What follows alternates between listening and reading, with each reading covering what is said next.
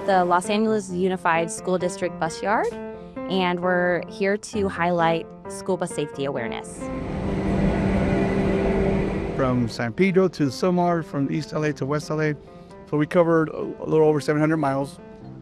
These drivers are dealing with all the traffic, the obstacles that they go through on a daily basis, and as you're aware, LA traffic is one of the worst traffics in the country.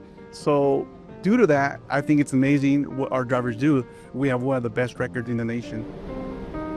It is the responsibility of the CHP to make sure that school buses are safe. We have to inspect school buses every year on an annual basis. We have special motor carrier officers who do that. Everything is securely mounted, nothing's falling off. I'm a motor carrier specialist, and what I do for work is I inspect commercial vehicles for safety compliance. And in school buses in particular, I'm here today to do an annual certification for the school buses, which requires me to inspect it for mechanical, anything from brakes, lights, tires, wheels, suspension, including the interior of the vehicle, which is the seating of those school pupils, emergency exits, child safety alert system, and I'm going to make sure that everything is in compliance with statutory and regulatory requirements.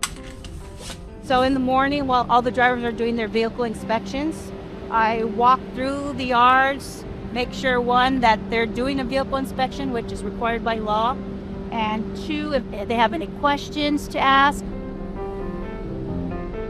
I take this job serious. I make sure everything is in compliance the way it should be.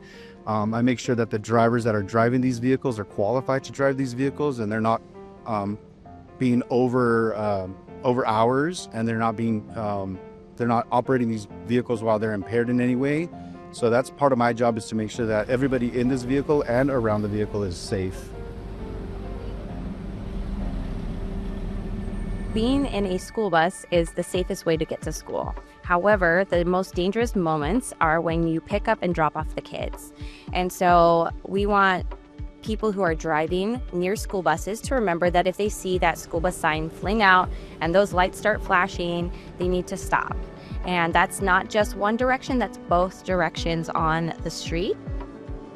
If you pass a school bus when that stop sign is out and the lights are flashing, that can result in a large fine, but also can suspend your license for a year. So it's really important, not just to you, but to our community, to be driving safely.